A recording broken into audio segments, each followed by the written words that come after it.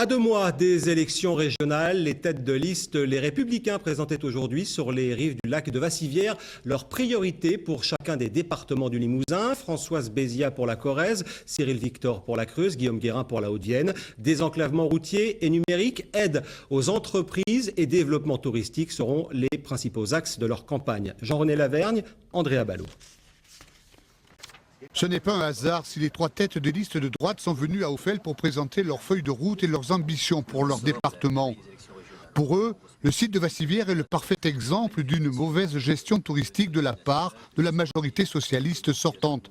Le ton est donné, ce sera une campagne sans concession, avec un fil rouge, le désenclavement routier et numérique, sans oublier la défense de la ruralité. Il faut qu'on se remette à améliorer nos routes, améliorer toutes nos infrastructures numériques notamment, puisqu'aujourd'hui, une entreprise qui n'a pas le très haut débit, ça ne va pas le faire. Pour attirer les gens sur le territoire, c'est pareil, il faut la téléphonie, il faut l'Internet, il faut pouvoir passer des mails. Je crois que cette ruralité, ce n'est pas la veille des élections régionales qu'on en parle au niveau national ou décliné au niveau de cette future grande région, mais effectivement, il faut rendre la parole au territoire. Et je crois que c'est quelque chose qui est extrêmement important.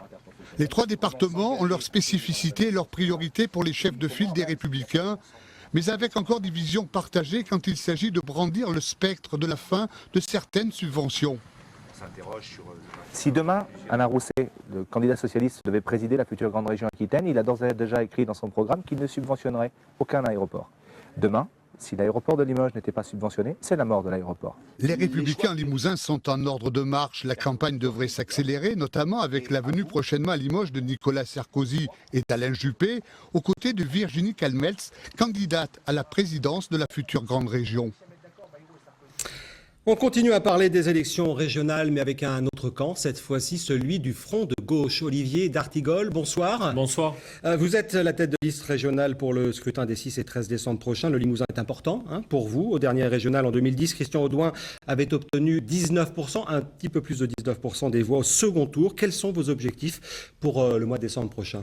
Être aux commandes de la future grande région, parce que cette collectivité a besoin d'un immense vent de démocratisation, de renouvellement. Donc nous entrons en campagne, le Front de gauche, pour arriver aux affaires et mener une politique à la fois anti-austérité, on va en parler, j'ai des exemples locaux très graves sur mes 2 journées passées en Limousin, et des solutions pour de l'égalité territoriale et pour une transition énergétique dans cette grande région. Alors depuis les dernières élections régionales, les 6 élus du Front de gauche ici en Limousin n'ont pas voulu s'associer au Parti socialiste. Quelle sera votre stratégie cette fois-ci? On sait que le PS aura sans doute besoin de vous pour l'emporter au second tour. Alain Rousset a dit qu'il était prêt à fusionner avec Europe Écologie Les Verts, mais pas avec le Front de gauche. Encore une fois, nous verrons les résultats au soir du premier tour. Nous lançons la bataille des régionales pour véritablement créer événements politiques, comme l'ont fait nos camarades de Syriza en Grèce et de Podemos en Espagne.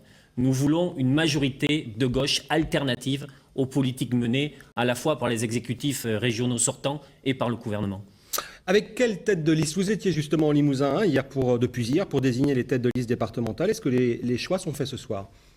Oui, on chemine vers un accord front de gauche de grande qualité, je trouve. D'abord parce que je vais mener campagne sur cette immense grande région, plus de 5 800 000 habitants, avec à mes côtés 2 jeunes dirigeants du Front de gauche, Laurence Pache, qui vient de la Creuse, qui sera la représentante du parti de gauche, et puis Stéphane Lajomont, qui est un élu régional aussi, qui représentera la 3e composante du Front de gauche. Ensemble, ils seront à mes côtés parce qu'on veut une campagne unitaire et collective.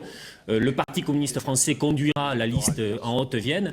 Et puis, il y a bien évidemment mon ami et camarade Christian Audouin, qui symbolise Limousin terre de gauche. Limousin terre de gauche continue avec cette élection régionale, avec le Front de gauche. C'est donc un dispositif qui se met en place. Mais vous savez, on va bien plus loin. On a des contacts avec le MRC. J'ai appris aujourd'hui qu'un élu socialiste en Charente en a ras-le-bol des baisses de dotation, ce à quoi il assiste. Et donc, on a là un frondeur local qui va venir sur la liste du Front de gauche.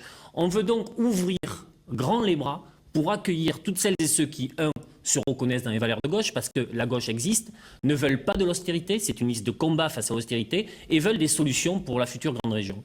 Ouvrir éventuellement à la société civile également? Bien sûr, Moi, je compte beaucoup sur l'expertise syndicale. J'étais aujourd'hui avec des postiers, avec des gens de l'énergie. Vous savez, par exemple, les bureaux de poste en Corrèze, il y en avait 120 il y a encore 10 ans. Aujourd'hui, ils sont 60 et on veut en attaquer 40 en faisant des agences dans des mairies. Ça, c'est pas possible. Donc, l'expertise des salariés est très importante. Ils seront sur nos listes avec des citoyens. Merci beaucoup, Olivier d'Artigol, d'avoir accepté notre invitation. Et bonne campagne donc pour les élections de décembre prochain.